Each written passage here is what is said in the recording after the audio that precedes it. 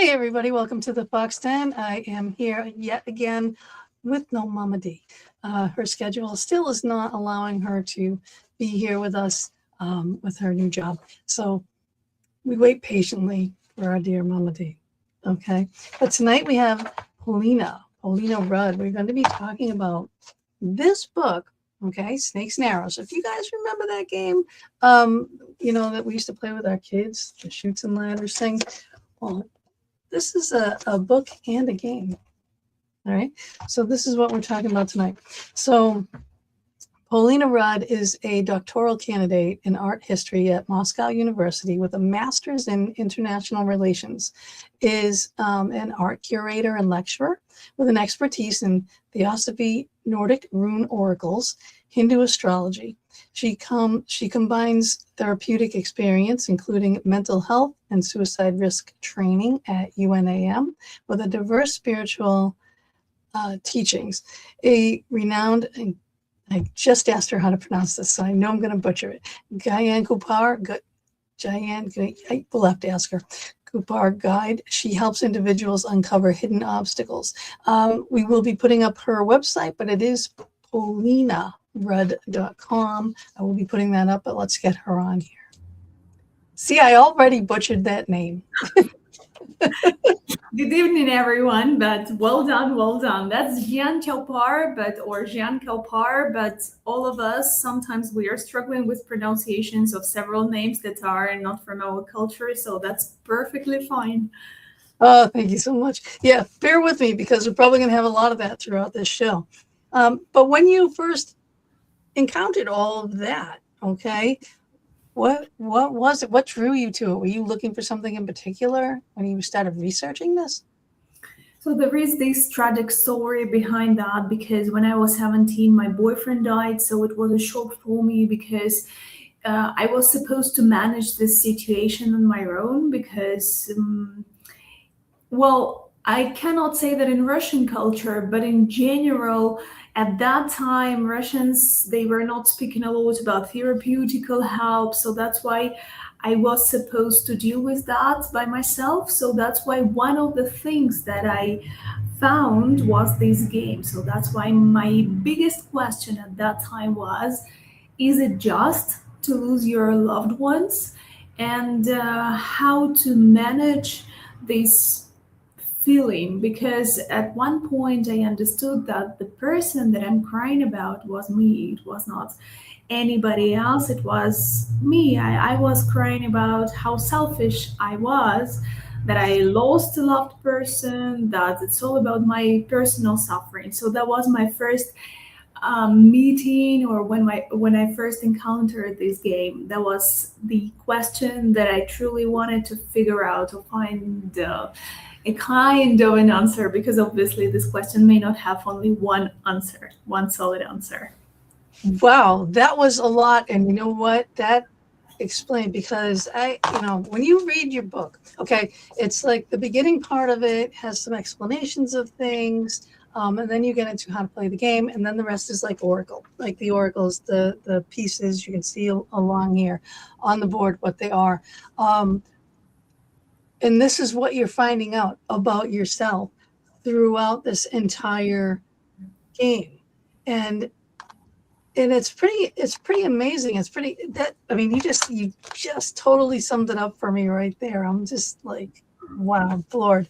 But now this is your board. Now, did you design this board? I mean, I do have the original game board that used to be on fabric. I guess that's in a museum currently, and I do have that picture, so I can put that up. So how close is your board to this board? Is it like identical? The first person who wrote the interpretation to this game was Harish Johari. Actually, this book of his was published by Inner Traditions as well. So he was the first person to interpret the sounds, because initially there were not like verbal or linguistic interpretations of each square.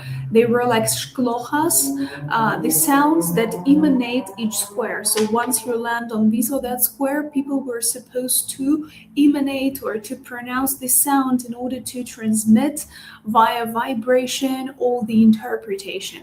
And I truly believe in that, because every single time I'm remembering about Octavio Paz that wrote a book. I'm sorry, that Mexico City behind It me. happens. So that life.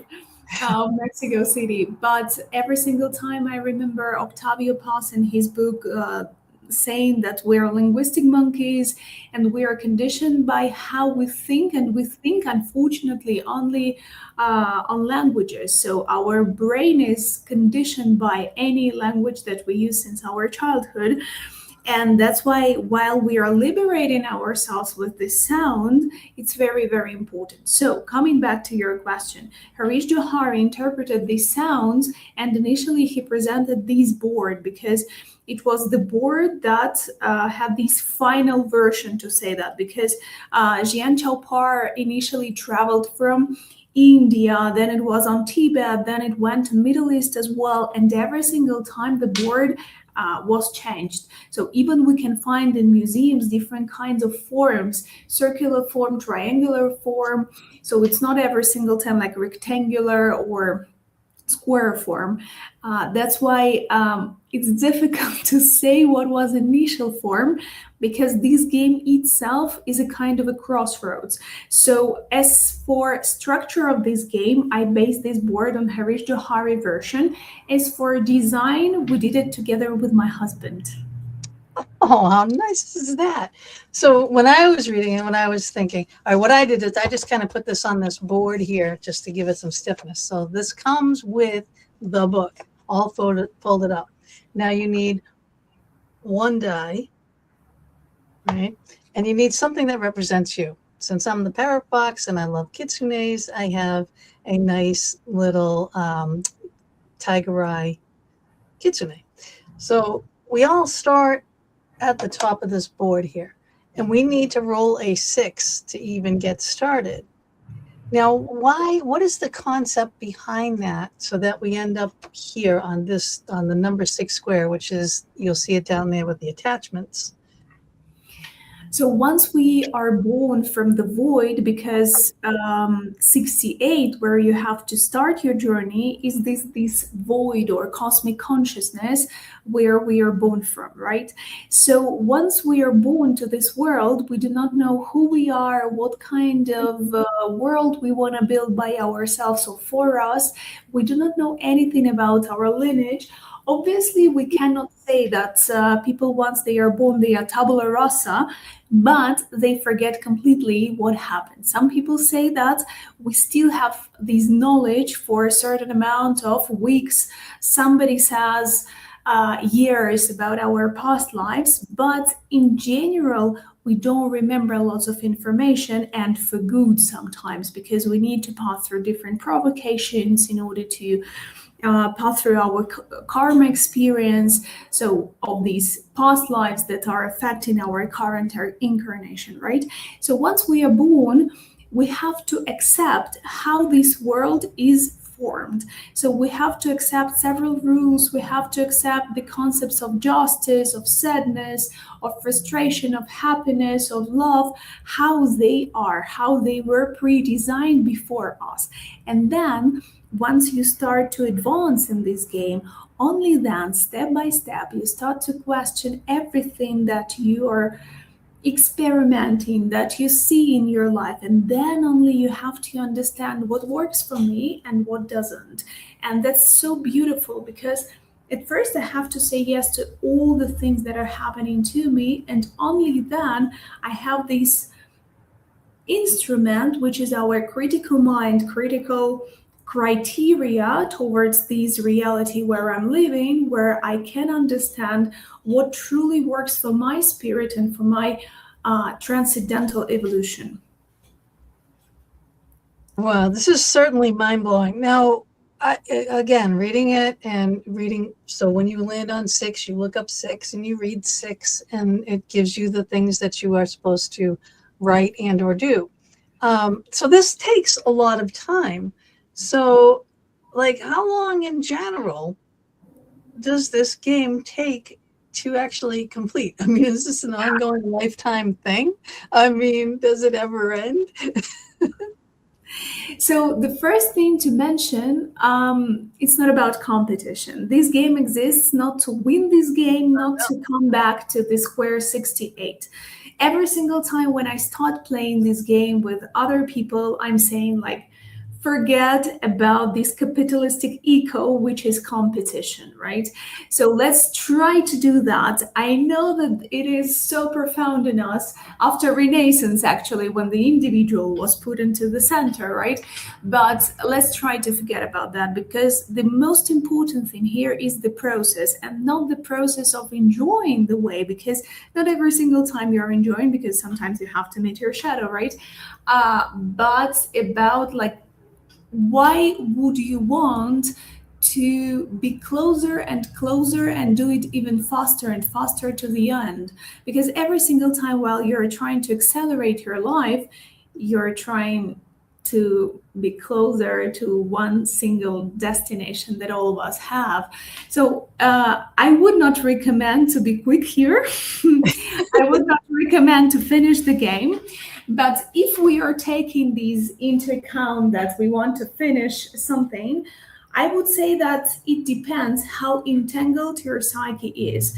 If you have been working with your psyche, trying to dissect everything that is happening or was happening to you, and you have this critical knowledge and all the instruments, or maybe you have already pondered on everything that you have inside, it may not take that long. Or if the question is not that intricate, maybe it will take, I don't know, from 30 to 1 hour, from 30 minutes to 1 hour.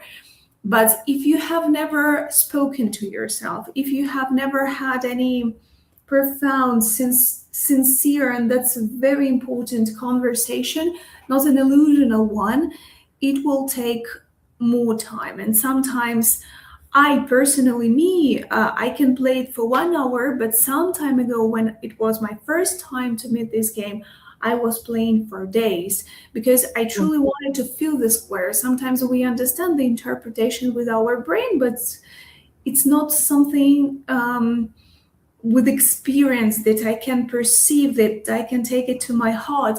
So it took sometimes days and I wanted to say weeks, but no, mostly days to understand how do I feel this or that. Because I had this concept of anger, for example, or compassion, but it could actually take weeks and years. I mean, because how you feel today, how you see things today, what you would be writing down would be completely different once you say get to the end and you're a little bit more enlightened, or hopefully a hell of a lot more enlightened to, to the place where you want to be, but then again, you can start over and you can get even more, so I think it could just go on forever. Totally, because it's all about interpretations. And sometimes it happens to us that we take one book. For example, we were supposed to read Dostoevsky at school. And me reading Dostoevsky when I was 15 and me reading Dostoevsky when I'm 32, 33, it's completely different things. So the same and even more profound, it happens with these game, right? Or sometimes people say every single time while I'm playing with my clients or while I'm working with my patients, every single week we record our sessions. And sometimes they come to me and say, oh, Polina, I just listened back to this recording of the session that we had several months ago, and I was not able to listen to that, but now I understand what you are talking about. So, and that's very important, because we are dynamical structures. We're not static, and that's the beauty of human nature, I think, and that's the beauty of this game as well. Right. Speaking of beauty, your background, explain to that what that's all about, because that's something else. I'm so happy that you asked, because I think that nobody asked me about that. That's the work, because one part of my life I dedicate to the history of thoughts, and actually I'm teaching art history for artists right now in New York. So there is a beautiful work behind me. That's the mural of an Argentinian artist, Cloud Chow. So he did it for us, for our office. So I'm really happy with that, because it shows it shows how important sometimes we have to get rid or to limit our doors of perception. So here you see that our eyes, I will try to show that we have sometimes to take out our eyes in order to truly feel, or above there is a brain that is completely hanged, because there is no brain that this person has. And that's all about that you have to question the role of your brain in the process of making decisions or of living this life. So yeah, every single time it helps me to come back to my perceptual skills, to say that. And there are also different plants, medicinal plants that have been used since ancient times. So yeah, this reconnection with nature as well, because as Nietzsche said, in order to create something authentic, and we truly want to be authentic, we have to learn how to contemplate nature. Because while we are living in urban, while we are living in the city, the only thing that we see, there are copies of copies of copies. We are living in the world of postmodernism, infinite postmodernism. So sometimes it's difficult to create and to produce, and that's why we have to reconnect with nature in order to feel this creative power and this authenticity that everybody of us is looking for. Wow. That's a mouthful. That's an amazing piece of work there, and I love that. I'm an artist myself, so I've done many murals. Wow. And yeah. Yeah. And then I found out, I was so saddened. I found out that one of my murals in the hospital had to get painted over because they had water damage. So, but anyway, that's neither here nor there. I have these beautiful questions that are written out, and I'm going to read them because I usually don't do that, but I just like these. And if the game had a voice, what would it say to humanity right now? Learn to handle uncertainties. Because right now we are living in polycrisis world. I think that all of generations and all of centuries, they had their own crises and transformational moments. But right now, the thing that humanity is trying to understand is what kind of world is waiting for us, because we see lots of environmental crises, we see lots of social and political turbulences. And the thing that creates this anxiety inside of us is truly almost uncontrollable. And we hand in lots of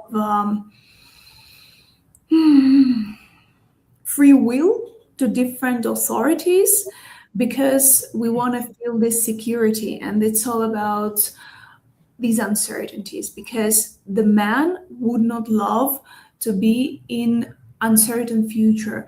Men would prefer a lie rather than living in an uncertainty. So I think that this game is all about training our muscle, how to handle and how to feel comfortable while I'm surrounded by uncertainties, while the future is not guaranteed, because all the right-wing regimes, what they are selling to us is this strong hand saying that you will be secure, we know how to deal with that, we know how to do that, and we should not answer this provocation in that way. I think so. Yeah, we are in turmoil. There's no doubt about that. I mean, we're not going to get into that, but it's a scary situation for me, and and to navigate through this game. I mean, I think a lot of the politicians should be doing this just to get in touch a little bit with. See, I said I didn't want to get into it. I don't want to get a smidgen of humanity. As Pitirim Sorokin said recently, I just heard the conference about him, and as he said that most of leaders who come to power, they have several traits of character of sociopaths, like a kind of really diagnosed thing, not like a metaphor or anything like that. And because of that, they didn't have this capacity to question themselves or to have any doubt about how do they behave themselves. So that's why I think that it would be brilliant to offer them different kinds of tools. And by the way, there is one theory about this game. It's not that proved, but I read about that there was a history figure, Sakya Pandita. He was a historian, he was a philosopher and a politician as well. And he is said to have introduced Buddhism on Tibet, and he used this game for his own discoveries, but also while he was thinking about how to do that, how to present new religion, new philosophy to people. So it has some connections with politics or with politicians, but I think it would be, and sometimes it's pretty difficult because I think the egos take over too much there. exactly. And what makes you come there sometimes makes you really blind. And lots of leaders, they are surrounded by bad companies. Like recently we spoke about that. There is a square, like bad company on the board and good company. And sometimes bad company, they're not like people who are really bad, but there are people who are providing you with false information or who are lying to you or who are praising you. But it's like white lie, and they don't provide you with any good information that would allow you to make decisions that will truly contribute to the development of society. Right. And you are really very, I mean, this game is very thorough with these exercises and such. Like, you would say you would write 10 things to your viewpoint, and 3 to the opposition of your viewpoint. So you're kind of doing this, you're doing the scales, and there's always that pros and cons. We've always, been raised. Well, I was raised that, when you have a situation at hand, to write down the pros and cons, and what does outweigh the other. But this is a learning pros and cons, so it's something that's already in here. It's just once it's out of here and it's actually on a piece of paper and written down, then it can like lessen in your head. You know what I mean? Like it doesn't seem so confusing once you write it down. And then you can say, oh, you know what? All this stuff I was holding on to, but the, adverse reaction to, holding on to this is I'm not getting forward at all because I'm holding on to this, and you really hold on to these things. We do as a race. We hold on to things like with this death grip, and why? And then it's like all of a sudden when you let it go, it's like, why on earth should I hold on to this anxiety, this fear, this whatever it is for years, and what good did that do? But that's what this game is gonna, help you to get rid of. So not like get rid of, it's to make you conscious. Once you're conscious about that, your subconscious is not reigning you. You have the reins of your consciousness, because your shadow will never disappear, because the taller the tree is, the bigger the shadow. While I'm getting more brilliant, smarter, more successful in capitalist terms, my shadow is getting bigger. So it's not about getting rid of that. It's knowing that it is there, and I know how it speaks, how this shadow speaks to me, or how it might be materialized. And I know how I can neutralize that, or how I can find things in order to verbalize it in a more adequate or healthy way, so that not to harm myself or not to hurt anybody else around me. That's, that's our wish for everybody. I wish the whole world would think that way. But now explain, like the difference between the snakes. What are the snakes in the game? So there are snakes and arrows. And again, as you mentioned very correctly at the beginning of our talk, that this game has a lot in common with Chutes and Ladders. And Yep. this game was really popular and is really popular around the world and in the US in particular. So what are you doing with Chutes, or what are you doing with snakes? Once you're there, you go down. So, and lots of people are saying, oh my God, I'm a loser. I'm frustrated. Why that happened to me? Is there something wrong with me? But it's all about this thing that I just mentioned. It's all about shadow parts or some negative tendencies of our psyche, of our patterns. And the idea is not to get frustrated there, but to analyze and to contemplate what kind of snakes are pursuing me, because sometimes you may fall and fall and fall on the same snake, and it may provoke not only frustration but irritation as well. Why cannot I overcome the very similar thing? Why does it continue happening to me again and again? So that's the thing here. But I truly believe that snakes, they are like the guides for our consciousness, for our development. Why so? Because if you see on the board, there are two arrows that are the biggest ones. One of the biggest arrows is service, but the biggest arrow is compassion.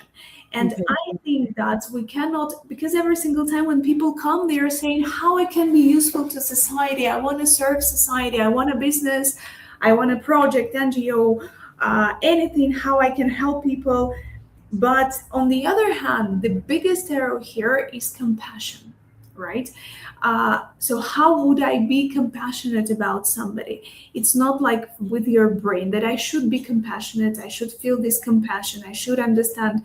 Sometimes it's impossible because it's easy to feel this compassion towards people that you love. But when there is something that triggers you in the behavior of this person, it's really difficult to feel this compassion. And through the investigation of your own shadow, when you can be reflected in your own shadow, all these triggers and things that irritate you, you will figure out and feel this compassion, not rationally. Obviously, while we are speaking about compassion, every single time I remember about this scene when the Pope went to, because do you remember there was an episode in history when there was an attempt to kill the Pope. Yeah. And he went to visit his potential killer, and it's all about that. Maybe it was really like kind of a superficial or for media, but on the other hand, it's pretty difficult when we think about that. There was a person who wanted to kill me, and then I have to come and to speak to him and to figure out what happened then.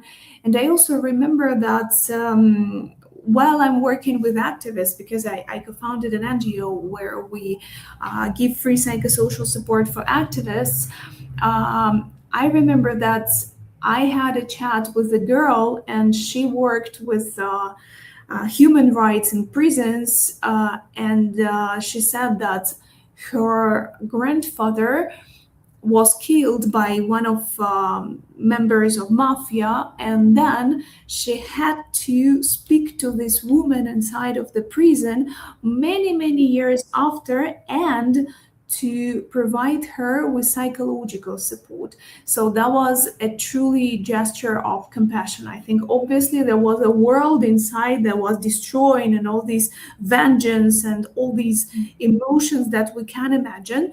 But on the other hand, it's like, oh, okay, it might be this representation of compassion that I'm speaking about. And that's why I think that we need these snakes, so that to be reflected in the shadow of another person, knowing that I'm also not that white person, right? That every single time I'm doing good, because this thought destroys our compassion completely.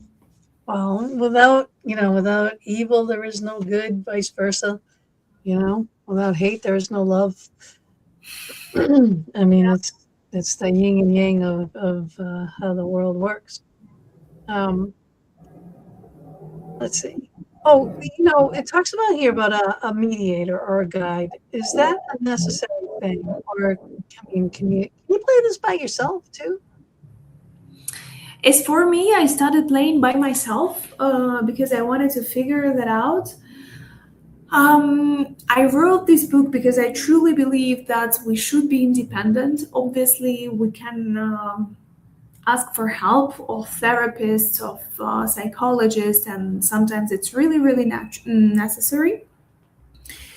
But while we are thinking about the spirit and the firm column inside of us, I'm thinking about independence.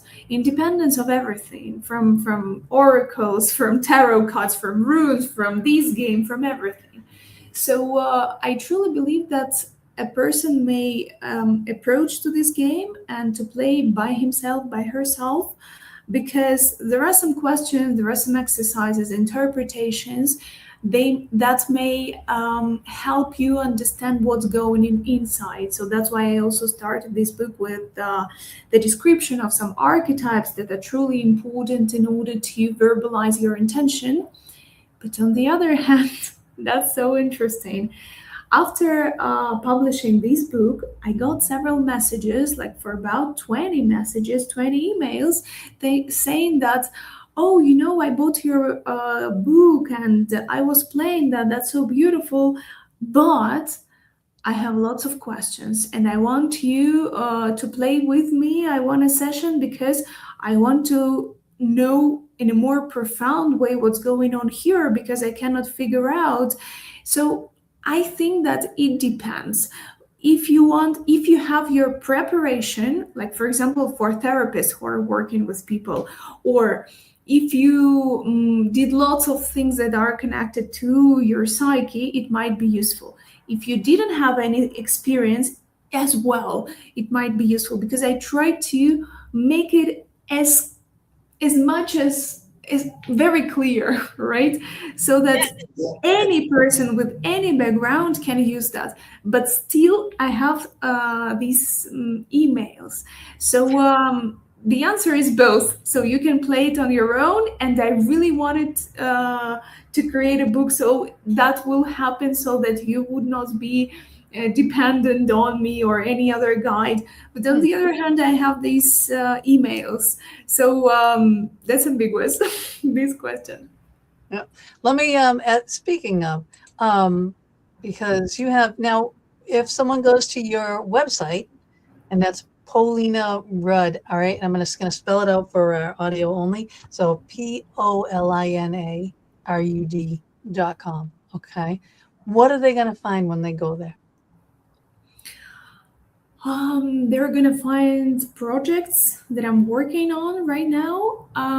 They're gonna find different kinds of therapies and methods, how I'm working, and also I truly believe that they will find something that will resonate with their questions, and obviously where to find this book and how to book their sessions if they still have different questions regarding the game.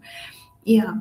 So as for different projects that they might be interested in, I have also a YouTube channel where I interview some people who are involved in developing social projects or projects that they are building in order to make our future possible or futures possible. Also, my lectures on art history, because my art history lectures every single time they are connected with society.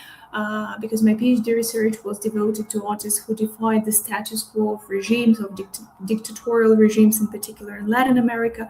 And obviously, all this therapeutic work that I'm doing with people, working with them on a daily basis, and also working inside of different master classes that we give, speaking about their individual development, relations, financial aspects, and also about topics such as eco-anxiety and social anxiety, so social related aspects when the world really hurts.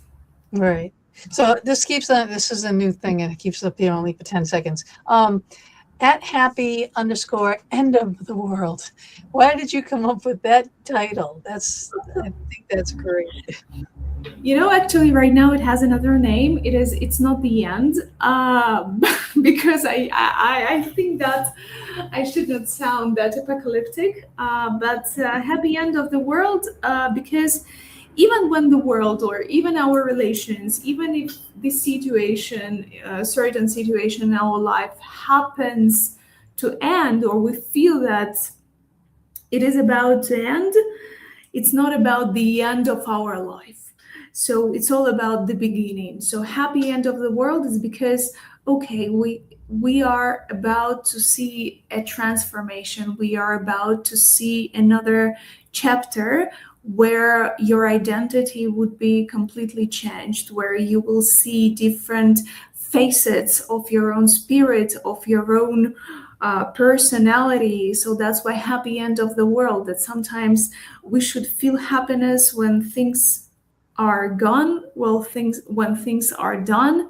And here in Mexico City, the thing that I truly admire, maybe it's inside of a cultural code, not that on a daily basis, because I see people suffer from losing loved ones.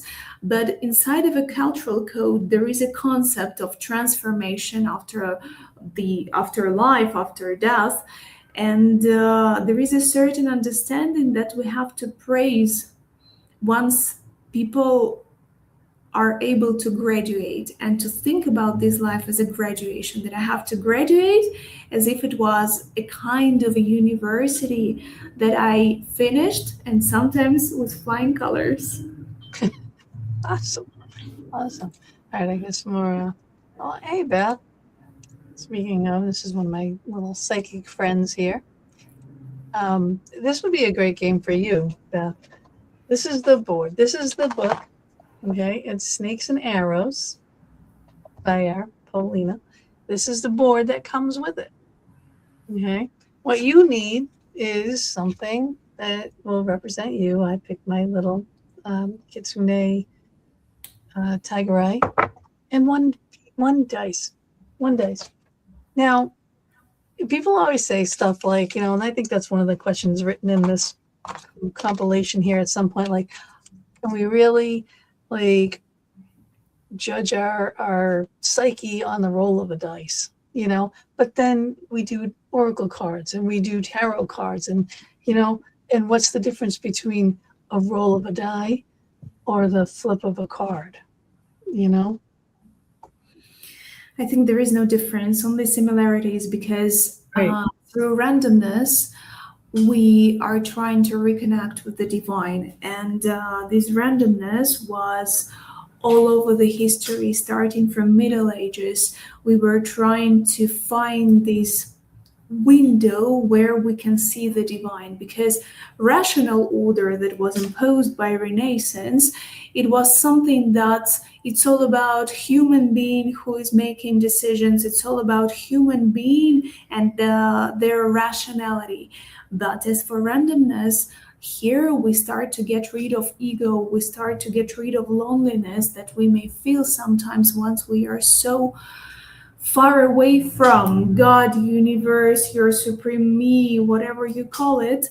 And through this die, through this randomness, we are being reconnected. And right now, while we're speaking about randomness, I'm remembering about technology, because all these code things, coding, artificial intelligence, interacting with artificial intelligence, it's also, obviously we are afraid of that, but that's a part how we arrived at a climax, or maybe not yet climax, of this interaction with randomness as it is, because code and generative things, it's all about that we want to interact with something that not fully dependent on our choice, and sometimes we want to see a result where system and all the logics of system might also play an important role in the final result, and that's beautiful. Yes, it destroys at least some part of our ego, but on the other hand, that's so beautiful because it's all about cooperation, it's all about coexistence with the divine, with other systems, with nature as a system. Hmm.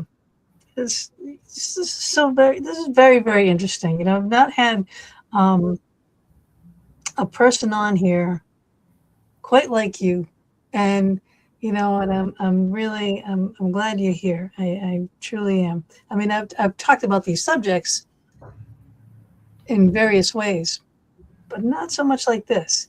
Um, Now, given the significance of intention engaging with the game, what is the proper way to articulate one's intention or question? Because you are asked to do this as you go through here, whatever you know, whatever you land on. Um, Dharma, say Dharma. Okay, we land on Dharma. There's karma and there's Dharma. Okay, we land on Dharma. What is my intent? Like, what's my end point here? What's my goal? Goal or how to define intention? Both. Both. Both. Because intention first and then the goal, because it goes that way. So speaking about intention, the very first thing that is really important, it's all about the art of questioning, because Einstein said that if he had 1 hour to solve a problem, he would spend 50 minutes understanding what the problem is, what the question is, and only 10 minutes to resolve it. Because 80% of success to answer any kind of question related to different aspects, it's all about questioning, right? So the art of questioning. How to make this question? At first, not to lie to yourself, because we are living in bubbles and we are living inside of concepts as good girl, good boy, we have to be polite, we have to put masks, and in different cultures are really widely spread to put a mask. So it's all about getting rid of that, knowing that if I feel uncomfortable to play it with somebody, I'm going to play it alone, and there will be nobody judging me that I'm asking about money or that I'm asking about how to do this or that. So that's very important, because sincerity aspect, to be sincere, it's not that easy as we can imagine. So if I'm going to say, oh, be sincere with your question, people will get confused, because the concept of being sincere is really ridiculized or simplified, right? And lots of people are not that accustomed to be sincere even with themselves, because being sincere implies making decisions that I don't really want to make. So that's why, Right. be sincere. If you're preoccupied, ask yourself what I'm preoccupied, what true questions I want to ask. And then you can be free to ask about whatever you want. It might be yes or no question. It might be open question. It might be any question. It might be even a statement, not a question. So it's very, very important. Every single time I'm making this example, for if you're asking, shall I go back to this work, or shall I stay doing this, or shall I work as this or that, or shall I come back with my ex-partner?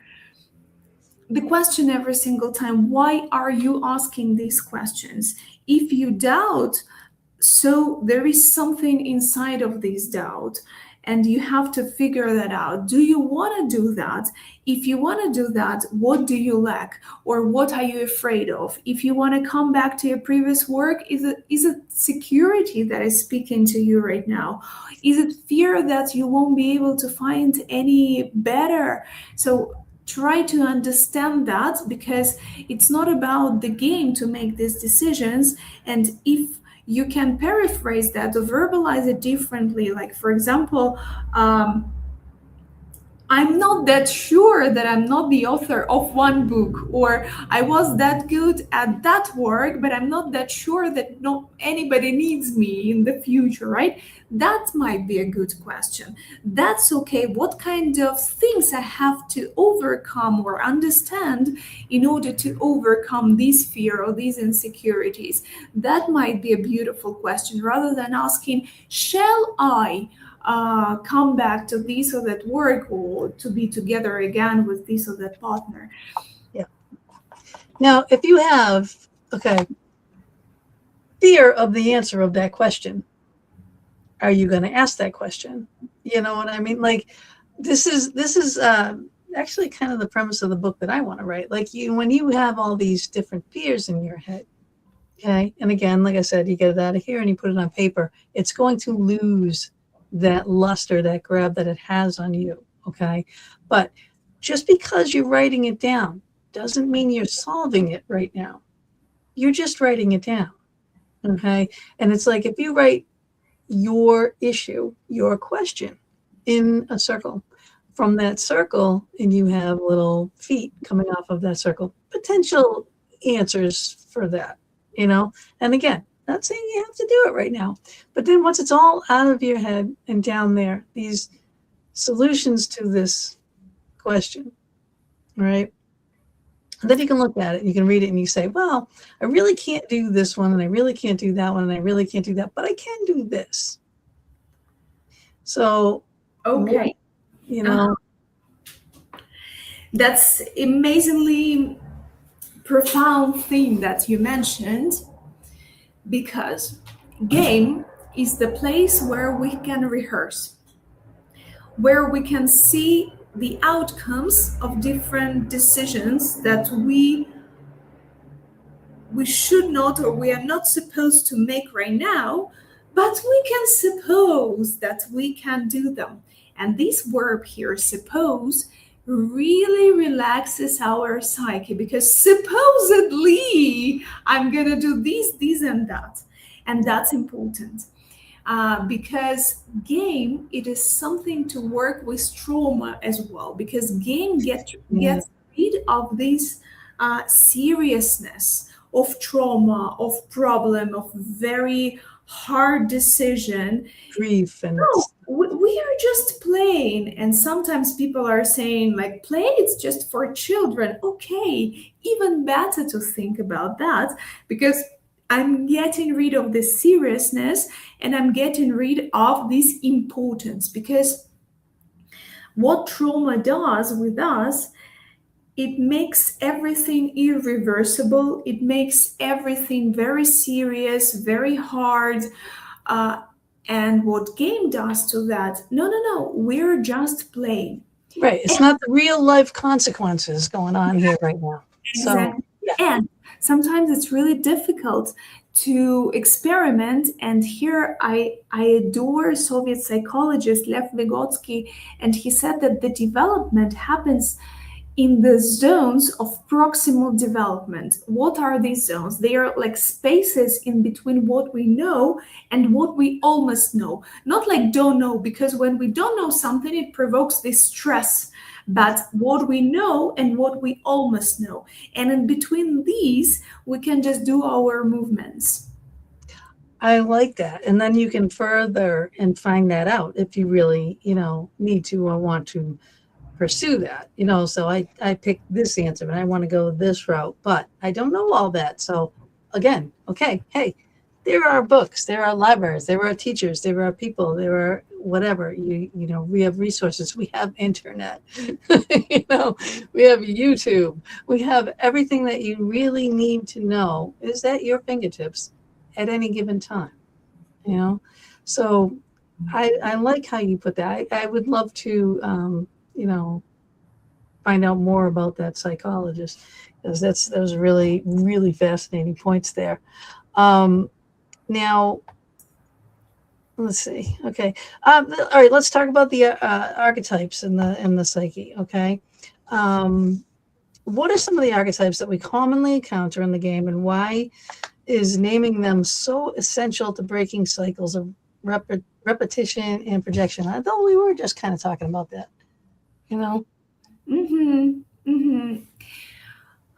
Why it's important to not to break maybe archetypes, but to contemplate them, because um, every single person has their own tendencies in their behavior. So it's good to know what my tendencies are, what my archetypes are. And while I'm working on a weekly basis with my clients, I do for them their archetypal charts, and then we work with these archetypes, and we're not dissolving them. We just know how to do so that this archetype would not fall, and how to make this archetype be represented every single time in their positive side, so that to benefit. And while I'm speaking about archetypes at the beginning of this book, what I'm saying that we have to be very attentive with three archetypes that I truly believe are very important. The first one is justice archetype, and right now, while seeing lots of tragedies in our world, it's really easy to fall into injustice. So everything is unjust, and where God is unemployed, and we have to unemploy God because he's not doing that good, and that's You understandable. know, That's why would we let this happen? Right? Yeah. Yeah. exactly. So it's understandable. I would also maybe unemploy God. But then once you start to discover that even evil is part of God, and all these provocations are supposed to make our psyche grow, and all these dark sides are also pushes towards our evolution, because sometimes we say that, or we question in art history, was it possible without any limits to create something new?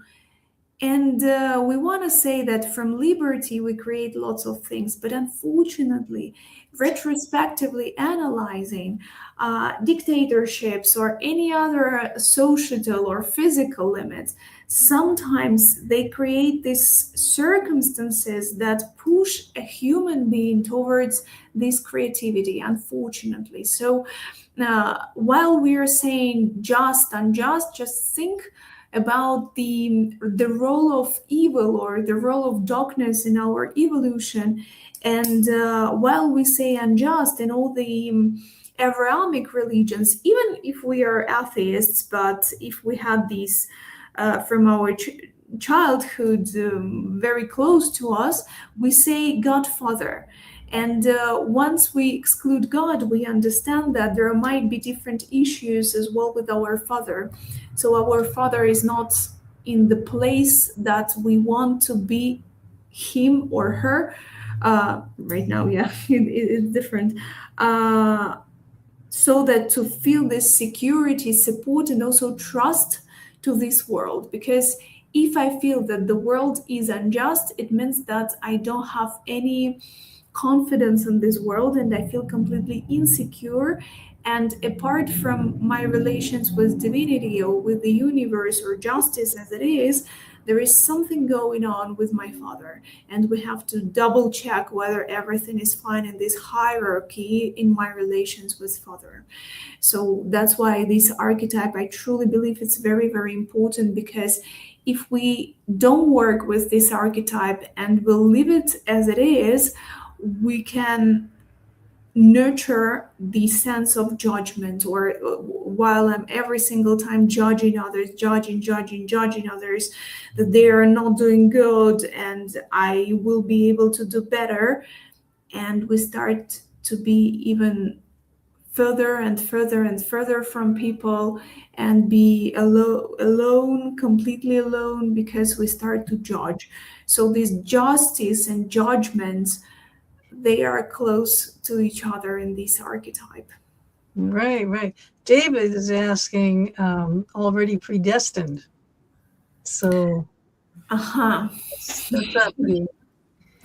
pretty profound right there. Yeah, I think that's, in my personal opinion, that we come to this life with different things that we have to experiment because of our past lives. And our spirit chooses our soul, and our soul chooses our lineage, where we can have psychological provocations inside of our family, so that to see whether we pass through our karma or not. So, in this sense of, are we predestined to pass through different karmatic experiences that I brought from my past lives? I think yes, but we are not predestined with our reactions. Because while we are working with this archetypal therapy with people, we also can see, according to their birth date, their karmas. And I saw lots of people with same archetypal chromatic experiences, but how they live their life, how they respond to certain provocations, it's completely different thing. So provocations might be predetermined, and they depend on our past lives and what we did, because karma, it's all about the consequences of our action, because karma is translated from Sanskrit as action. But our provocations, our response to these provocations, it's all about our free will. I think so. Now you said you kind of refer to these archetypes as silent puppeteers. All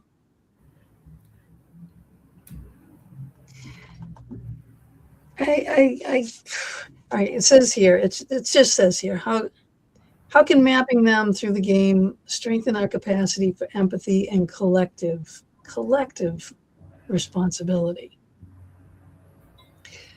Now, the word collective being in there is the word that really kind of like sticks out to me. Like, are we supposed to be involving everybody in our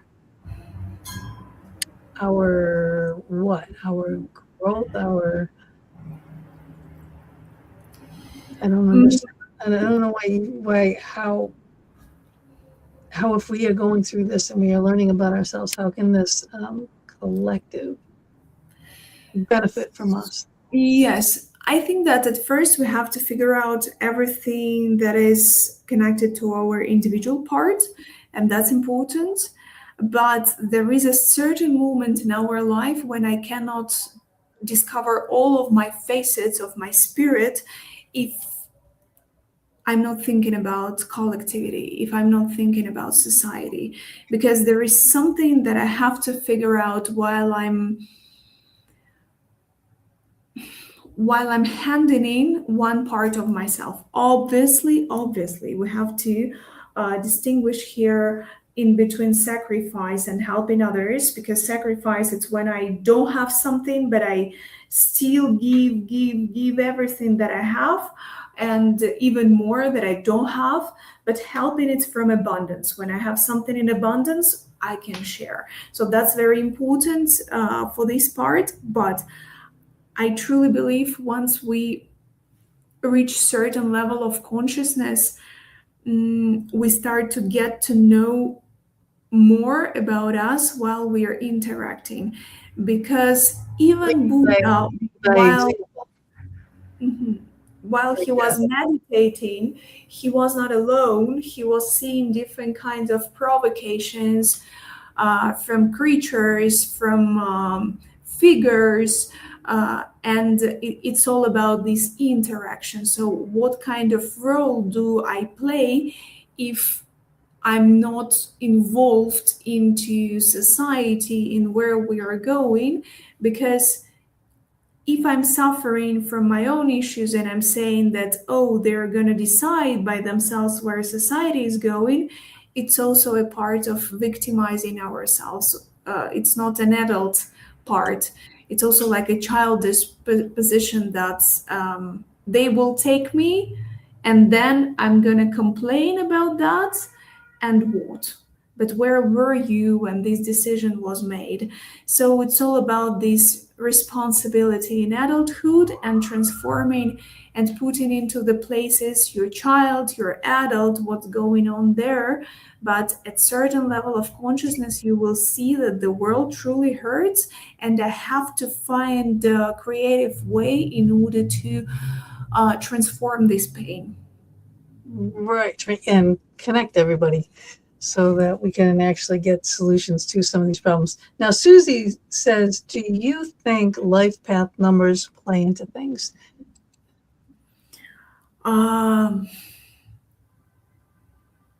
Whether numbers affect life, is that the question? Well, life, like now, we have like numerologists will take, like you said, your birthday, and you come up with, like I'm like that power number. I'm an 11 when you do the power, the power numbers. I don't know if that's what she's kind of saying. Susie, we would be grateful if you will make your question even more precise.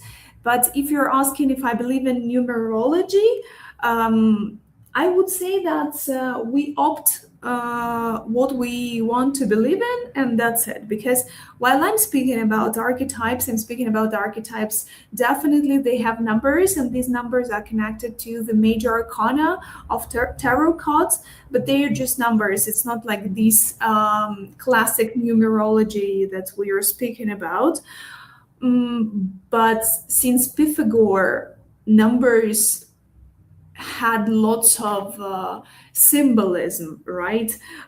We were speaking about number 4, when number 4 is really stable energy. So yes, but on the other hand, we should be really conscious what we choose and what we believe in, so that not to be these hostages of systems, even systems of archetypes, of numbers, of tarot, of anything, right? So today I believe in numerology, but tomorrow I'm okay to be skeptical about that.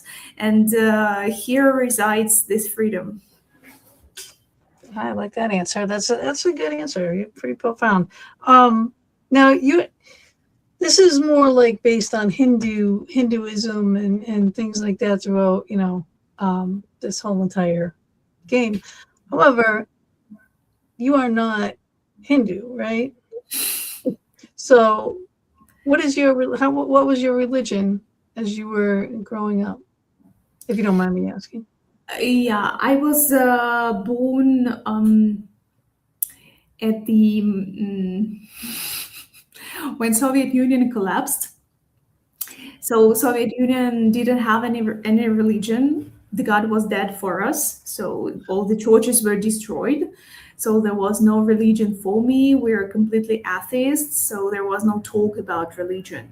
And after Soviet Union, we had a very absurd and surreal situation with the church, because we had our mafia of 90s that wanted to take the church under control. So that's why we were doing different kinds of religious rituals in order to make our cars sacred, or there were lots of absurd stuff.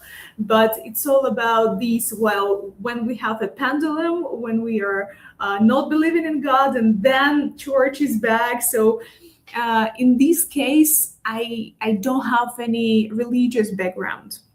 My grandmother, I do not know why, there was a strange thing, because Russia is the place of it's very strange, because Russia is a place of pagan things. On the one hand, we have some holidays or rituals that we do, for example, during springtime, that are really from pagan part of our history. Then we have some religion things that we are doing. So my grandmother, she was in between angels, pagan things, but I do not know for sure where she took all of that because she lived all her life in Soviet Union. So that was pretty strange. It was an incredible mixture of generations. As for me, when I was 14, there were lots of books that started to be published in Russia about spirituality, but for example, like Lobsang Rampa, Castaneda, all these alternative things that we had never seen before. But there is something strange that is happening with Soviet Union, because there was a cult of will as well, because I remember taking into account the Soviet Union obviously wanted to offset, to neutralize any will of human being. But there is a beautiful book. I think that it is translated into English. It is a book of a Soviet biologist, and he decided to escape from Soviet Union, and there was no way to escape from Soviet Union because everything was under control. So because of being biologist, he decides to buy a ticket on a cruise liner. But this cruise liner, because of restrictions, doesn't come to the shores of the countries that they are visiting. So you can just see the country from your cruise liner. And at this time, he decides that, okay, I'm going to count the closest distance to the shore in between all the countries that we are going to pass by. And he starts to train because his idea is to jump, exactly, to jump away from Soviet Union.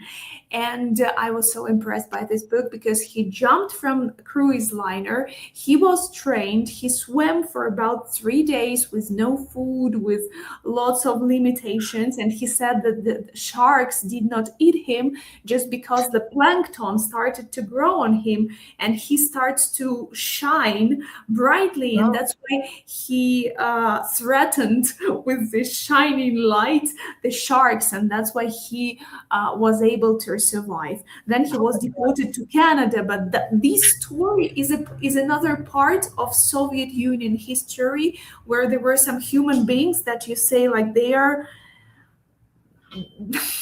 Superman. They are not like ordinary mortal people. Wow. Wow. So like usually like throughout the world, like in ancient times, the iconography has been pretty much the same everywhere. You know, before everyone was traveling all over the place, there was a god, there was Joseph and this and that, all the saints, all the, you know, things just called something different. But to look at the portrayals of them, especially as an artist or an art teacher or lecturer, you'll see, you know, how similar they all are when we weren't moving. Was it the same in Russia? Did you have that kind of iconography from your, you know, way past? Iconography of the divine. Yeah. I think that my personal perception was very, very strange. I had to figure that out because, on the one hand, we had Easter, on the other hand, we were not speaking about death. On the third hand, we were trying to hide different death things, like when your pet is dead, so you're not saying it to your child because you do not know how to speak about that. So I think that on my personal experience, I had to figure that out. What to believe in because there was no guidance there. I don't think my mom till now, like she has this clear understanding what or whom she's going to believe because there is a certain confusion when they erase God and then you live the whole century without God and then you're lost. You do not know whom to believe in. That's why, for example, in 90s, there were lots of fortune tellers. There were lots of gypsy women who were predicting, who were manipulating, and we were lost in that. There were lots of stories when people were manipulated, they were stolen by gypsy women, not because they are bad, but because they had these hypnosis or manipulation mechanisms. So that's why saying about the iconography of God, uh, speaking about art, obviously I can, because the creation of an icon in ancient times in Russia, Russian icon, we have this iconology of that and how we perceive God, and when it is something that it's not that figurative and you understand all these mystical experiences because there are lots of gold things in the church and it is creating these distortions. So all the things exist, but I'm not that sure that they are connected to the understanding of God. So that's why we are. That's why I made this example of the Slava Kurilov. His name is, because we were thrown in an open ocean. You will handle that as you want, because there is no religion. There is no.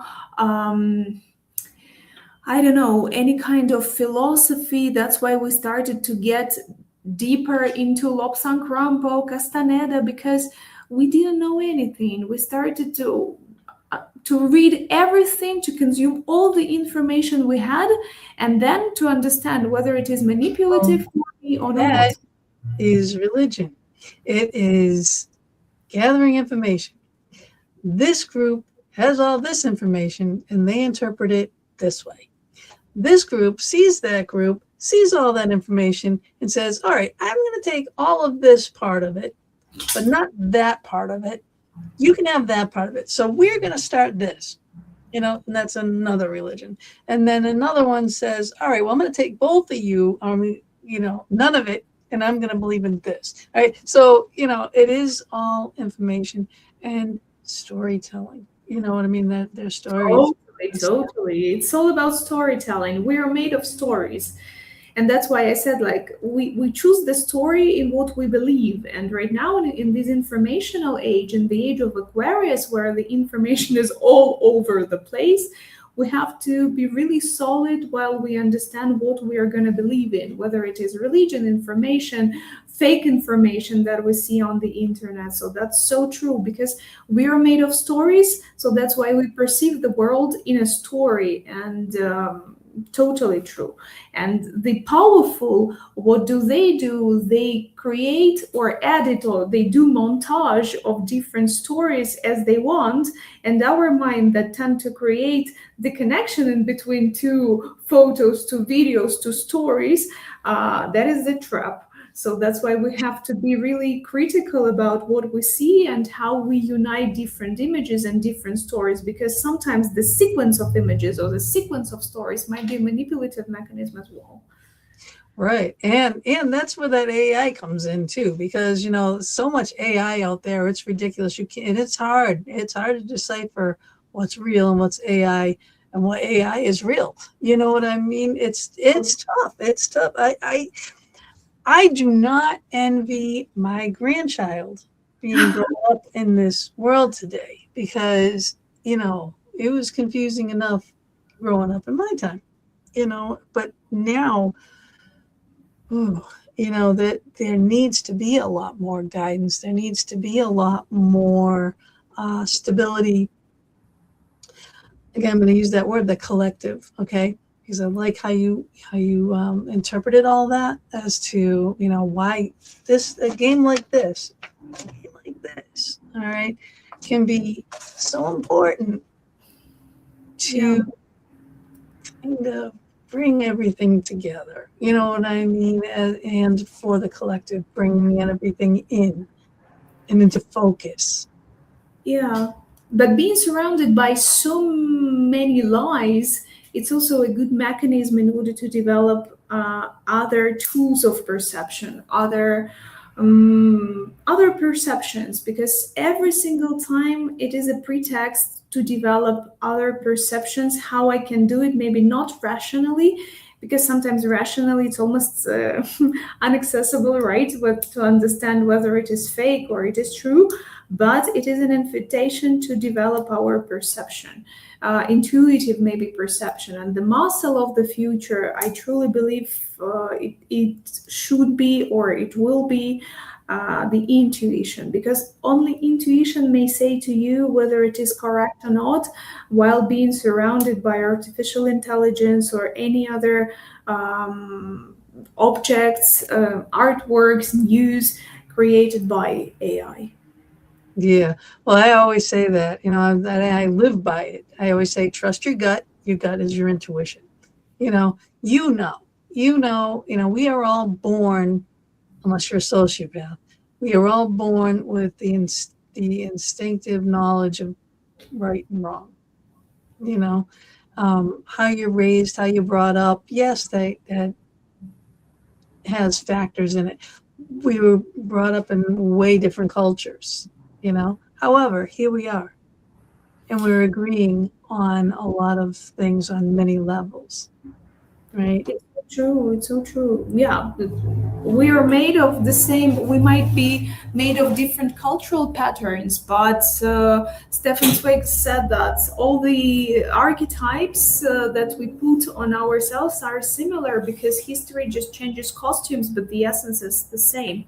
So Right. that's why obviously we don't have so many differences as we Yeah, think. those barriers, those walls, those, this country, that country, this religion, that religion, they're really not really there. They're there because we put them there, but they don't really exist.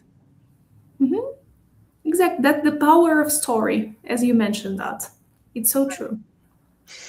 This is like, honest to God, because you get very profound in here. You do. The whole beginning of this is pretty, conceptual, very, very, very much so.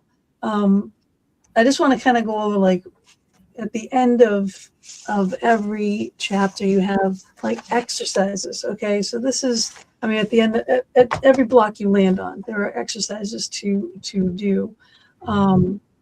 What it evokes and what's going to be evoked from the square, and it's just so fascinating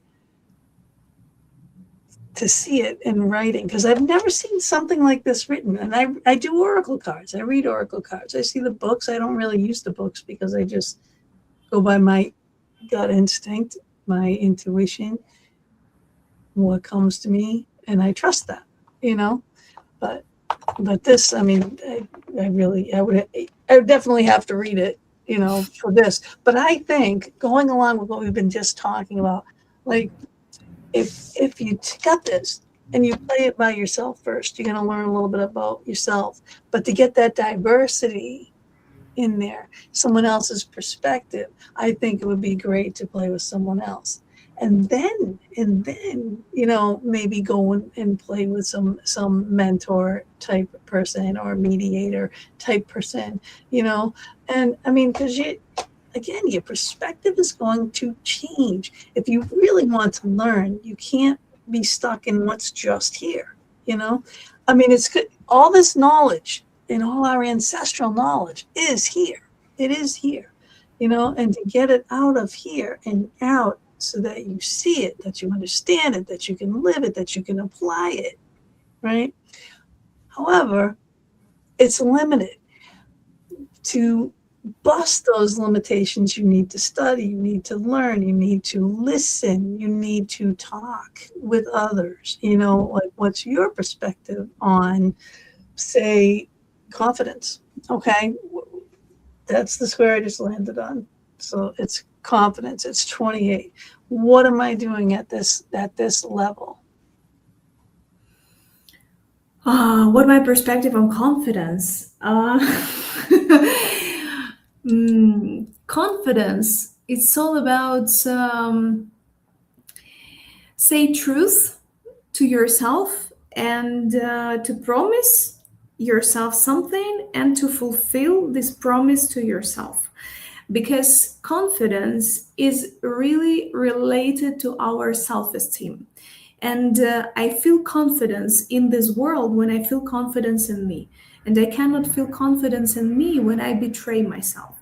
If I say that tomorrow, I'm going to do a very primitive example, but if I say that tomorrow I'm not going to eat sugar, or I'm going to start reading every single day, or I'm going to quit my job and I'm going to find a new one, and I don't do it, here is where you lose the connection with your confidence, because you're your soul says we cannot trust your words. There is no coherence in between what you say and what you do. And every single time when we speak about self-confidence, lots of people say like, be confident, you will be able to do that, or say to yourself that you're the most beautiful, that you're the best of the best.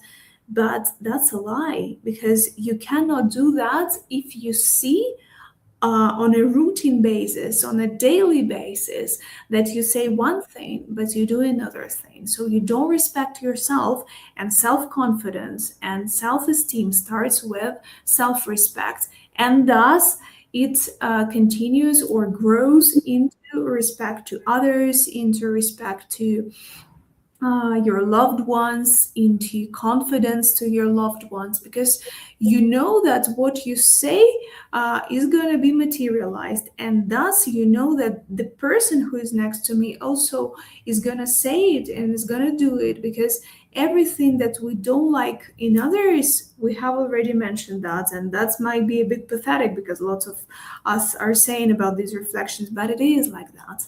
So yeah, in order to find this confidence in the universe, at first you have to find trust in your own words. That's so true. Now, what is it that's the opposite of that, right? Is like fear, right? What's the thing that kills confidence in people is fear. Like fear of the unknown, fear of, oh my God, well, what if I do this? What is going to happen? On the one hand, yes, but I truly believe that we cannot live without fears. So it's not like, I think a confident person still has fears, Like a because healthy fear, not a debilitating fear, a healthy fear. obviously a healthy fear, he's not paralyzed by fear. Totally true. I think that the opposite of confidence, as I mentioned, is lie. When I am completely detached from the reality, I live in a bubble. I live in a created reality that doesn't have to do with truth. And that's why I don't trust. There is no confidence, because when I see a table, I see a chair in this table, right? And that's a complete illusion. And I cannot confide, I cannot trust in this reality. And obviously, it provokes fear, but I think it's living in a bubble, and it's living in lots of lies. It's where we lose our confidence. Right. And what's the worst thing that can happen? You know what I mean? The worst of the worst is you fail. Oh, too bad. Okay. There's not like 900,000 other things you can try. Okay. It's like, just, you may want to like wallow in your grief a little bit, grieve your loss or your failure. However, maybe that just wasn't meant to be at that time, Yeah. The but thing here, that loss in most cases is accompanied by rejection. So, yes, you can grieve and you can feel bad about your loss, but it's not for loss little that time. matters when you lose, because you feel that you're rejected, or you're being judged by a certain person, or that you frustrated certain important adults or figures. So that's the thing that we're scared of, to be rejected, and thus to be alone and on the outskirts of this reality or of this society. That's why we are so scared of losing, we're so scared of making mistakes, because I'm risking love, I'm risking not to be loved. And that's one of the greatest fears of any human being, to be alone and not to be necessary for anybody. So nobody needs me. And that's, I think, the root of all that, of laws and stuff, and why sometimes it's pretty difficult to grieve on that and to say that, oh, that's laws, just cry on that and that's it and move on. Sometimes it affects and tackles and provokes this profound fear of being rejected or not being necessary, or to frustrate some other people, that every single time will interchange my utility for love. So if I lose, I'm not necessary, nobody needs me, and thus they are not going to do this transaction in between. I'm necessary, and then they give me back love for being necessary for them. Hmm. full circle. But Beth says, I say no mistakes in life. They are just life lessons. That's how I feel. I feel like everything that happens is for a reason. It's going to make you stronger. It's definitely for a reason. And, We have to remember that God is the best of the best script writers that we can imagine. Because in many cases in my life, I felt that I didn't understand why it happened to me, or why I taught this or that, or why I studied this or that. And right now, while I'm doing different kinds of projects, I understand that they or he or it, they were preparing me. So whatever. I don't know. They were preparing me, and I'm not that creative as God or the universe that is creating my life script. Obviously, every single time I'm ready, I'm prepared. Anything you're going to tell me, the universe, I'm going to do. I'm a diligent student, but I'm not that. I'm not that aware of the whole picture of this script play or of this play. No one is. No one is. Yeah, really. I mean, Gandhi got close. Right? Like no one is at that level. So This is the process. This game, this life, our lessons is the process. And it's how we can manage our process. That's what this helps to manage the process. Get it out of here, get it down, get it out. Think about it, because it's got everything in here. All your life lessons, all of the things. All right, that can happen. All right, So- we have like, just a few examples here. Violence. We have the human plane. We have balance, sanctuary, neutrality, happiness, darkness. There's so many inner space.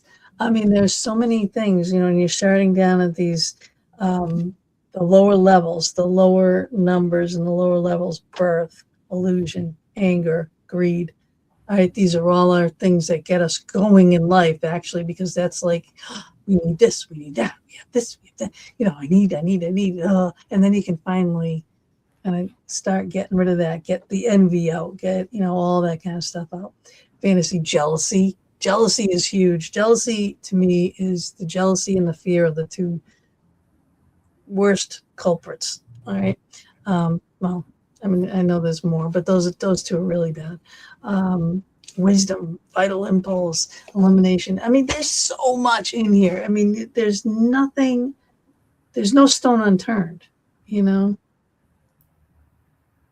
So I would want to go through, I wouldn't want to roll the dice. I would want to just go through one square at a time, all the way through the whole thing.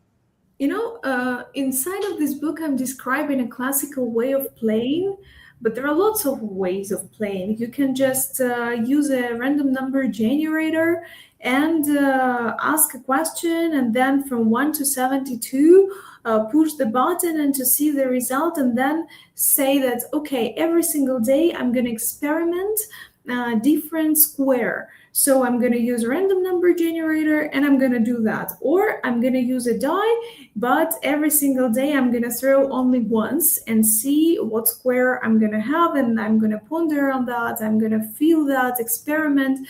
So there are lots of ways of playing. Recently, we spoke about intention and how important the intention is in order to throw 6 on a die and to enter the game. Right. On the other hand, you can test your visualization, how you visualize that, because how you can push the reality to play these metrics, saying that, okay, right now I'm gonna throw 6. I don't have any question, but I'm gonna visualize rolling 6 on a die. It also might be a way to train how you manifest things that you're feeling, things that you are thinking. Now, you also say about the rolling 6, 6, and 6 and 6, like how many times you can roll a 6. what was that all about? Like so many times you keep rolling sixes. So six, that's a pretty good number for this game because if you continue throwing six on a die, it means that your question has lots of energy, or sometimes it's a statement or your decision. People say, "Oh, I want to be an actress," and then they roll 666 on a die. But once you throw six three times in a row, here is the problem because it seems that there is something happening with the energy, or there is a manipulation from your part, or there is a lie, or there is something. And after a certain number of sixes on a die, you have to start from the very beginning because you're faking the play or you're violating energetic approach of playing this game. Reset. No, this is not what's going to happen. Exactly. What's going to happen? Reset. Total reset. Yeah. So like, okay, on here, I want to try to get back to different questions on here on these archetypes and stuff.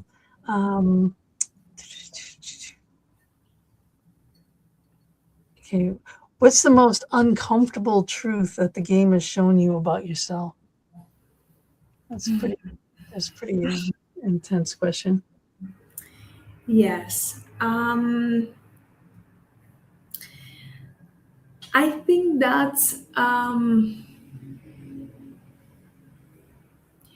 while I was asking the game about everything that was going on in my life, I kept landing on bad companies. And I was thinking, what kind of bad people I have? I tried to analyze that, but then I understood that I was completely dependent on oracles, and there was no single day when I spent without oracle. So that was a problem for me. So that was uncomfortable, and I had to purify my intuition. I had to come back to reset this intuition that I had never had at that time. So that was one of the most well, not of the most uncomfortable things, but that was pretty uncomfortable.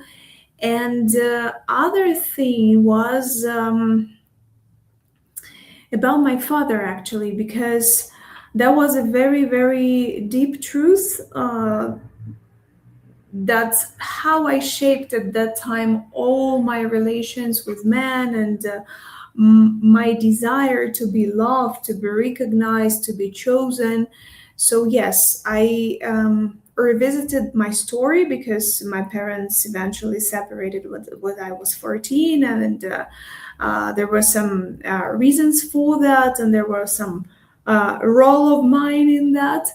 And yeah, it helped me see how I excluded my father, how I excluded God, how I lost faith, how it was difficult for me to interact with this reality. I felt completely insecure in my own life, in my connections with other people. So I was living in this illusion bubble of how I perceived people.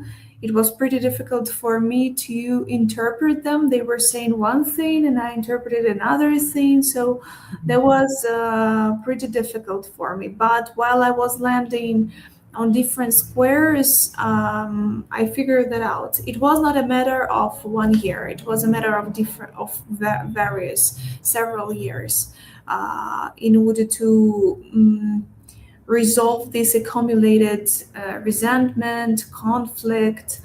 Yeah. So That's thank you for sharing that. That's really, that's a tough childhood, and guilt and blames and finger pointing in the wrong directions when everybody should just go stand in front of the mirror and point at the mirror and resolve what is my part, but can I forgive? Did you forgive your father? I don't like the verb to forgive because forgives puts me into a space where I'm better in a hierarchy than my father. So that's why I can forgive him for something. I'm trying to be reflected every single time when I see something that I don't like.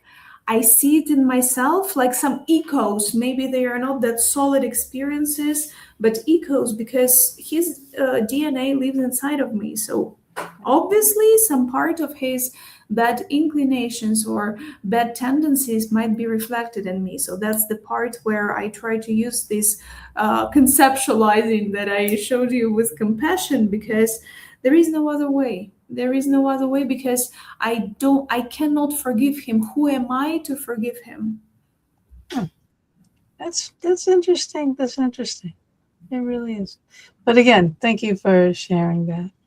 You know, Um, but my story, maybe sometimes I really want to say and send lots of gratitude, really, really, because till tears to lots of people with whom I worked as a therapist, and I worked with lots of people on retreats, on private therapies. But because of these people and listening to their stories and working with their stories, and sometimes they are terrifying stories connected in between not only violence and abuse, but in between life and death, and some things that you start questioning justice. And thanks to people with whom I worked, I felt that lots of things that were happening to me, but in particular, things that sometimes happen still to me because I'm a human being. I think that, okay, it's not that bad in comparison to a person who, one, two, three, four, five. I'm so grateful. And sometimes I listen to so many tragedies, and sometimes I experience similar emotions because I had some problems with health, for example. And I was like, I know that I'm not alone because I listened to these women before, and I know that I'm not alone. And while we are experimenting sadness, frustration because of this or that problem or trauma, this loneliness makes it even harder. But when you feel that there are other people and you know that this happened not only to you, it helps a lot. So that's why it's very mutual assistance, while I'm attending other people, while I'm working with other people, and it helped me so much. well, that talking, that communication, that stigma of I'm the only one. This dark clouds only follow me. I'm the only one that went through this. I'm the only one. You're not. That's that whole Me Too thing. There's so many people that have suffered similar, if not the exact same thing. And then there are that whole planet of the worst case. And yeah, I mean, the grass is always greener, but still, yeah, we are not alone. Could it get worse? I'm knocking on wood. Yeah, it could. you know, Some people say that they love to see true crime stories just because to feel that their life is not that bad. Not that bad. I know. So we watch soap operas because we can't be that bad. None of those things We happen. need It's so true. Now, you say this game has no good or bad squares, and how does that reshape the way that we look at our own failures? I think everything that we spoke about shadow part and our mistakes, that they are not mistakes, and the shadow part we cannot demonize, because this concept of being a good person will really kill us as and will kill our authenticity, because while we are thinking that we are only good people and trying to pretend be only good people and trying to do everything to do our best in order not to create this bad reputation or avoid another person hating us, we're in this trap. So that's why we have to recognize, to accept this part, and be okay that sometimes I'm a bad person for somebody, and to accept the idea of being hated by somebody, because it makes us resilient, and it makes us understand that I can allow my devil to come out sometimes, and to understand that, okay, if I have this demon, I have options to rectify and to change my behavior, but I'm not demonizing my dark side, my dark part. and it makes us really holistic, because the most profound experience that I had in my life, there was one common day when I saw one of my shadow parts. I recognized that, and then there was something very strange to me that happened, that I kneeled, and it seemed to me that I saw God, and God was saying to me, "Thank you for recognizing your shadow part, this uncomfortable shadow part that you wouldn't share to anybody because it's part of me. Because devil is my part as well. And you recognized me not only from my light part, or light that we have to lots of people on ceremonies or spiritual retreats, they're saying that, oh, we have to guide our souls towards light. And no, sometimes not. Sometimes not. We have to guide it towards darkness, to arrange, to order things, and then to come back. And that's so important. And light exists because darkness exists. So that's why I feel that that's so important to understand that there are no like bad or good things there, because if I feel that I'm on my envy part, as you mentioned, it means that envy may show me the way. I envy because I truly believe that I can have that, I want it, Or but I'm not risking, or I'm not doing enough things. Or anger. Anger exists because I didn't put limits on time, yeah, or I allowed other people do something that should not happen in my surroundings. So all these emotions that are considered to be bad, um, actually they are not bad. This dichotomy of good and bad, of black and white, yeah, is a simplification in certain way. yeah, yeah. Love and hate and all that kind of stuff. Yeah, you cannot have one without the other. You just can't. Um, and you can't be ruled by them.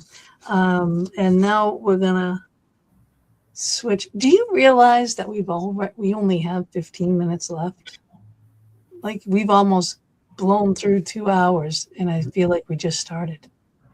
This is insane. You're an amazing partner to talk to, because your questions are amazingly uh, far away from being pathetic. So that's so interesting to talk to you, because you think out of the box while we're speaking about lots of things that are widely spread. And in spirituality, we say a lot about this or that concepts of anger, of shadow parts.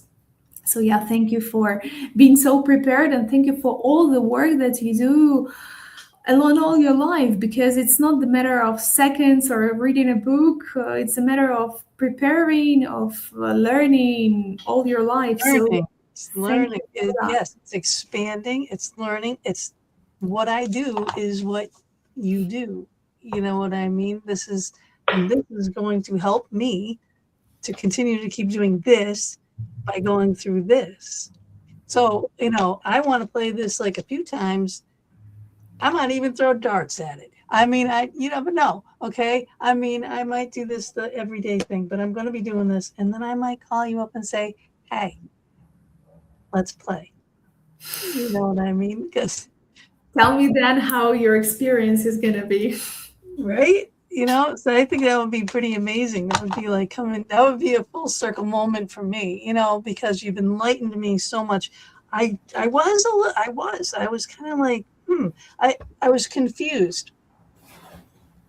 I was reading the beginning of this. I was, like I understood the concept, but I mean, I go too deep, and I understand what I do.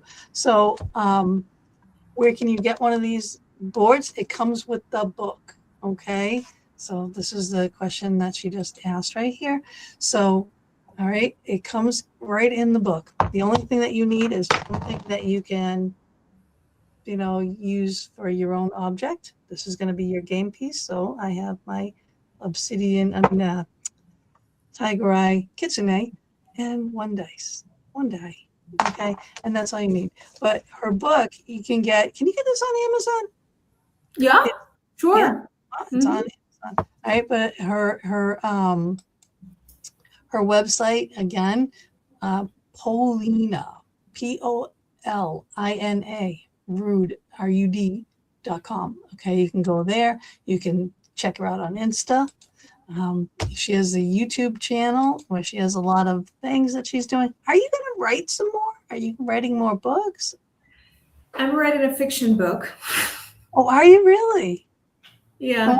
What is that going to be about? I don't know whether I can share a story, but it is about a young actor who wants to play a very serious role of a maniac, and suddenly he sees a maniac, so he has to choose in between spying and voyeurism, watching, because he's not that secure about himself, and helping a person who is dying in front of him. So yeah, this dilemma in between whether I'm going to be a good actor and I have to copy what I'm seeing, and on the other hand, if I'm going to help the person who is suffering and who is about to die. That sounds really interesting. I mean, I want to read it.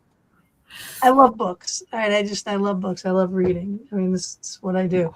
Again, learning whether it's fiction, nonfiction. Usually I have to read nonfiction and, and things like this, because I do read every book that comes through my show, and that's how I learn. And that's how I can pass the knowledge on. And isn't that what we do for our collective, to bring everything together, to make all this work, right? It's so amazing that you don't have this shortage of having a dialogue, at least dialogue with books, with interesting books. That's so amazing. That's brilliant. Well, you wrote it. I mean, not with this book in particular, but with all the books that you're reading. Yeah, because you don't have this shortage of dialogue. Yeah. No, definitely not. And it's all weird things too. I mean, talk about this. If you want to see what my show is next week, Wicked Strange. Now from New England. That's in New England where I'm from. That's Jeff Belanger. He does a lot of cryptids and creepy things in the area and all that kind of stuff. So it's all New England folklore and urban legends and things like that. So I love that as well. This is very deep. This is very psyche and very archetypey and very ancient, and very, there's a lot of wisdom being put out here. Self-searching, self-sacrificing, self-loathing, get over all those types of things. What do I want to change about me? So I think this is amazing. Love that you did this. I love it. And I think that's so cool that it comes from that. I'm going to put up that picture again that I put up here before, because we have new people. This is the original, from, I don't even know when, so far back in time. This is in a museum in Dali. They did this original game. They put it on fabric, and they played on fabric, and they used shells and stuff like that to play the game. So this is ancient. It's just like divination. It's just all these things that have always been there, but it's a culmination of everything in one place, which is really fascinating to me. Because seriously, there's nothing left out on this board. There really, truly, truly isn't. The truth. 59. The truth. Okay. Yeah. It is supposed to be this consciousness, so the description of the adventure of consciousness, how we are being developed, how we feel this evolution, from where are we going, from this tabula rasa, and then remembering everything that happened and how we build our own world, how we build our own life, and say that, okay, Maya right now is not for me. I'm going to choose this, and that because I see how it works. Okay, later I'm going to interact with people. Okay, how I'm going to interact with people. What is the basis of my interaction with people? Whether it's all about fear or looking for love. Why am I doing this or that? Okay, while I'm interacting with other people, what about sexuality as well? So how do I explore these parts? So inside of this board, it is a variety of experiences and topics that you can tackle, that you can discuss with yourself, with other people, because you mentioned playing with your friend or playing with closed ones. I think it's an option as well, because sometimes this game works as a family constellations or as constellations, because some traumatic experience or uncomfortable truths, sometimes it's easier to discover while watching other person coming through them or passing through them, because you say, as we love to say, oh, one of my friend asks, that works in that way, that's it, Right. it's easier sometimes to recognize some shadow parts of yours in other at first, and then saying, okay, it may ring a bell to me. Yeah, So there are things you don't want to talk about. Those things that are hidden, the things that you forget about, because our brain, that's one thing that as a human that we do have to protect ourselves is to forget, right? Our brain will shut that hard thing away. And then something like this can bring it up if you're ready to deal with it at this time. It will come up, but it might not come up unless someone else says something that triggers that memory, or that, you know what I mean, or you feel safe enough. And that's a big thing too, a safe zone, so it's important to play with someone that you trust, that because this is soul wrenching things here, so I mean, you got to be honest. so true. Yeah, and to be prepared, be reflected in them. And sometimes it might be provocative, because Right. I guided ceremonies for families, and sometimes you say, okay, I'm not that sure whether it was a good decision, because you start to work over secrets, over some reproaches and things. So be sure that there is no manipulative thing here, whether you cannot speak sincerely, because sometimes opening your trauma means hurting at the same time another person. It's like after Oh, therapy, yeah. lots of people want Yeah, to you run cause over. don't cause harm to others. Yeah, yeah. That's like in AA. That's one of the things in AA. It's like, you know, Yeah, but while you spoke and asked me about like whether I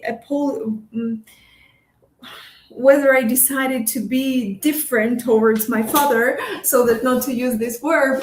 And I see how people after therapies, they decide to run towards their parents with reproaches, saying that, oh, you were a bad mother, you were a bad father, you did these and that, and you're the reason why. yeah, But that's not the idea, because you're gonna hurt, because the biggest fear of any mother, of any father, that would kill a part of their ego and self-esteem, is to hear that you were a bad father. And some people may say to me right now, but that is deserved.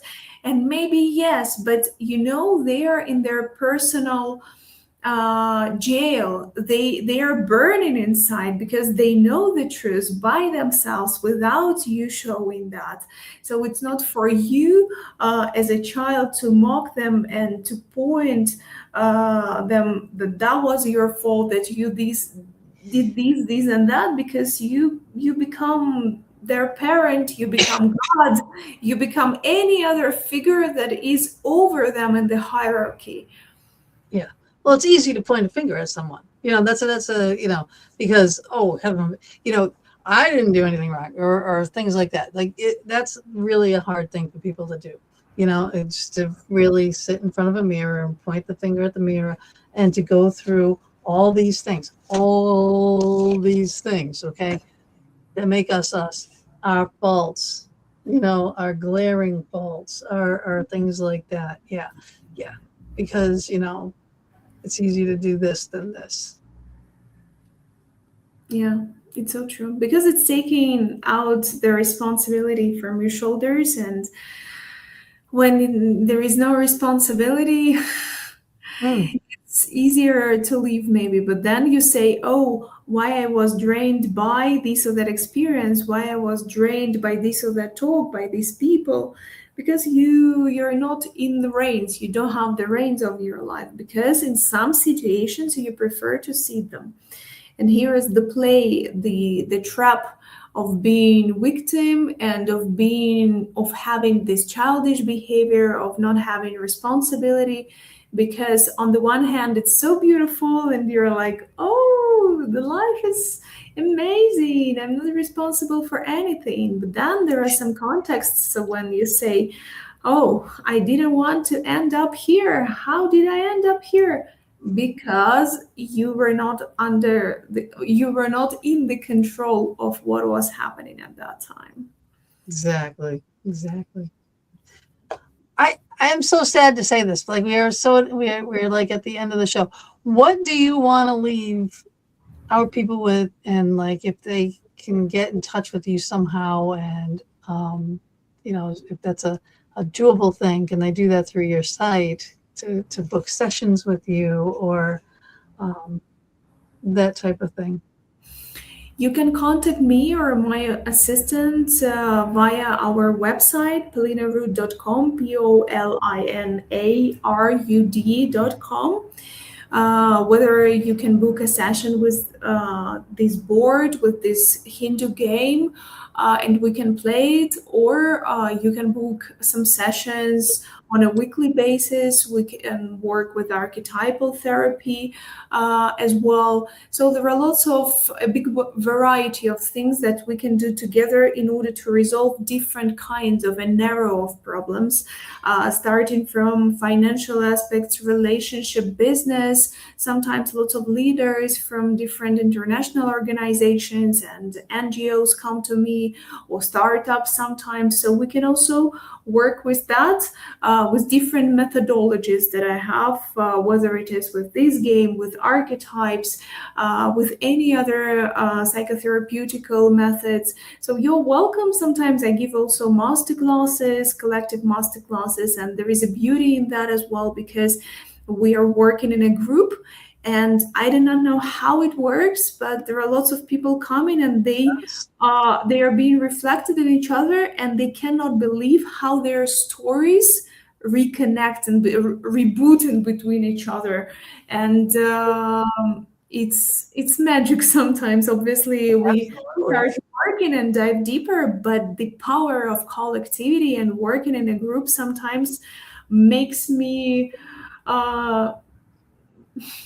shivering because wow, there is this divinity that organized what people are going to come to you. It's not about you. It's not about advertisement that you did, or that you published the announcement of that. It's because the spirits of these people, or the souls of these people, or the God decided them to come. So if you want to go deeper, if you want to discover your karmic path and past lives that are affecting your life, your conduct, your behavior, because sometimes you say, oh my God, I visited all the psychologists and I cannot understand what's going on.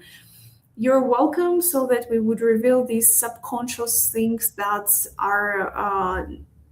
are manifesting themselves, but you still don't have control over them. Amazing. I think you're just, you're a gift. You're a gift to the world. You really are. I think you're amazing. You're a sweet soul. You're very genuine. I love what you're doing here with this. And thank you for being here with me and with us and sharing. And I want you to hang with me for just a minute. I'm going to say goodbye to everyone. And hopefully this will be my show next week with Jeff. And because he's such a busy man, it's kind of hard to pin him down. So I've been trying for about 8 months now. So I think I got him. But I do again. Thank you so much for being here. I appreciate you very much, and everybody else too. So ciao for now. Thank you for everybody.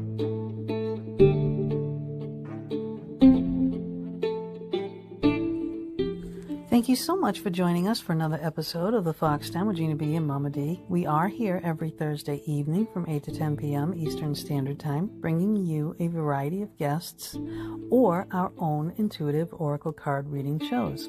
We are streaming live on Facebook on my personal page and our YouTube channel, The Fox Den with Gina B and Mama D, on Mama D's YouTube channel, Angel Meadows, as well as our audio-only venues.